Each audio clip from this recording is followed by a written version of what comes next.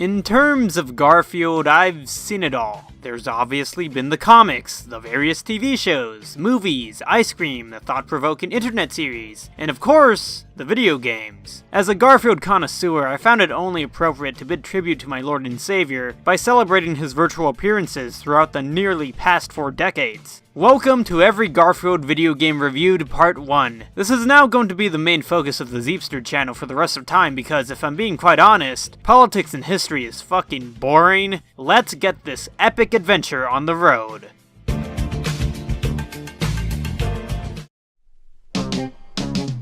Here's an interesting note. The first Garfield game was never actually completed. In 1983, Atari collaborated with Jim Davis to develop the game simply titled Garfield. Following the video game crash of 1983, in which the Atari 2600's library was completely flooded by saturation and shovelware titles that didn't sell well, Garfield met a depressing fate. Garfield 1984 was eventually cancelled as Atari had no interest in paying Davis any royalties for a game that would likely flop. What exists of the game now is but only a prototype, but a fairly unique one at that. To put this into context of the Atari 2600's library at the time, the console lacked side-scrolling platformers. Garfield 1984 in its only 2-month development process showed potential the likes of which yet to be seen on the 2600. The only way to play the game now is via ROM, and from what I've played so far, it is unlike many other 2600 games. The game stars the Sunday comic god himself, including other disciples such as Odie, and the Antichrist, Normal. As with many other Atari games, the gameplay is simple, but also quite odd. For one, every time Garfield gets hit, he seems to have a loud spasm of some sorts.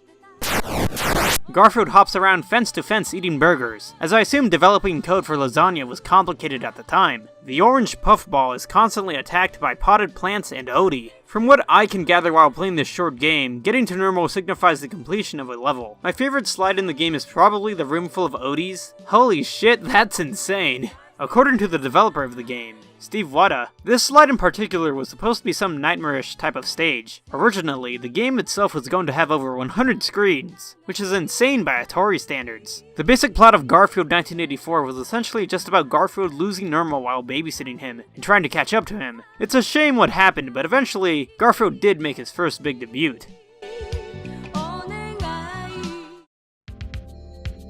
In 1986, Garfield's video game presence premiered on the Apple II and the Commodore 64 respectively. To even get this game running, I had to disregard being an absolute buffoon for a second and commit to actually having some type of competence running the emulator and setting up the controls. The game is fairly simple. It's a Garfield simulation game in which the player can choose a character or prop to appear on the computer screen. Nothing really of noteworthy about it besides it being the first official Garfield game to be released. I mean, you can make your own single-framed comic, which I'm sure was quite the joy to play with back in 1986, but in 2019 its purposes have been lost with tools such as Photoshop, or make your own Garfield comic generators surfacing around online. However, a year after Create with Garfield was released, another title featuring the fat orange pussy appeared on the Commodore 64 and a slew of other PC devices, and this one was way more action-packed.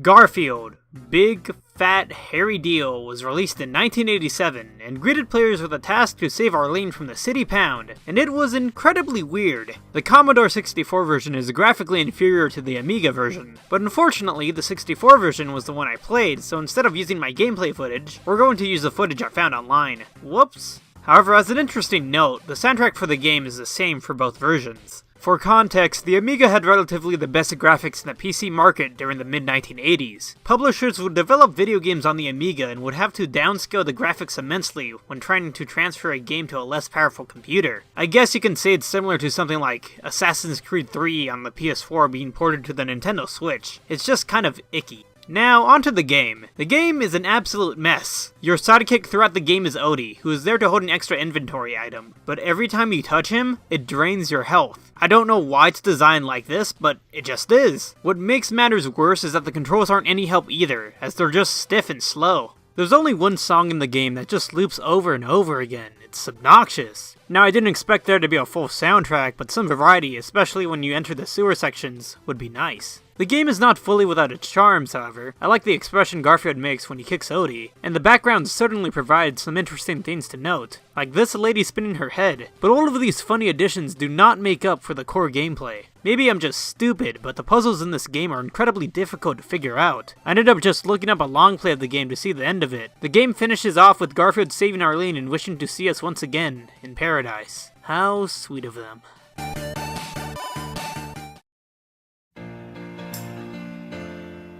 For the final game of this part, we're going to venture into the faraway land of Japan. That's right, Japan got their own exclusive Garfield game on the Famicom in 1989, titled A Week of Garfield, or in Japan, Garfield no Ishukan. The reason why it never came to the United States was supposedly because of licensing issues. Despite Garfield being a Western property, I'm not really sold by this theory in particular, as in 1989, Garfield was at one of his peaks of popularity, with the show Garfield and Friends only premiering a year prior. Maybe the reason why the game never came to the United States was because of the sheer difficulty the game invoked, much like the original Super Mario Bros. 2, but I'll get to that soon. As a fun fact, some of the Garfield names are translated to relate to the Japanese audiences. For example, Nermal's name is pronounced as Nerumuru, and John Arbuckle's is pronounced as John Arubukuru. So essentially, the plot of the game tasks Garfield to find Odie by the end of the week. The opening title suggests exactly that.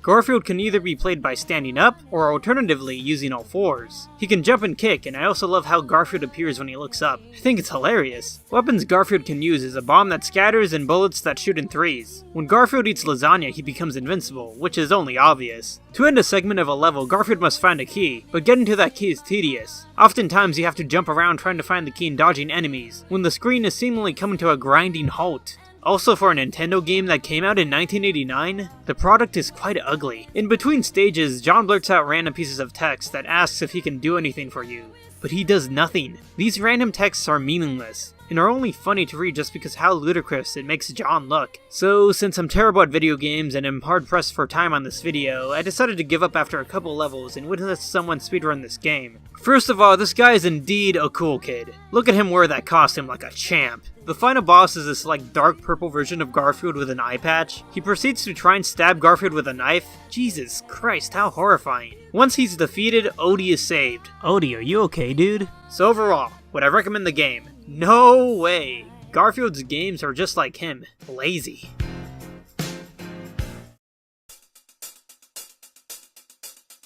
While writing this video, I stumbled upon a Garfield meme in which Garfield was dancing himself to exhaustion to the song Nobody by Japanese-American artist Mitski. I know it's funny to make fun of Garfield and point out the flaws of the comic Jim Davis has bestowed upon us, but if I'm being quite honest, I simply adore this fat cat. The amount of joy he has given me both ironically and unironically has been astounding, and I don't care what anyone thinks when it comes to the new direction the Zeepster channel is taking. I'm going to do what I want to do, and that's reviewing Garfield, because this is my goddamn YouTube channel. That's the way Garfield would do it, without a care of what people think of him, and nobody else can get in the way of that. All hail to the chief.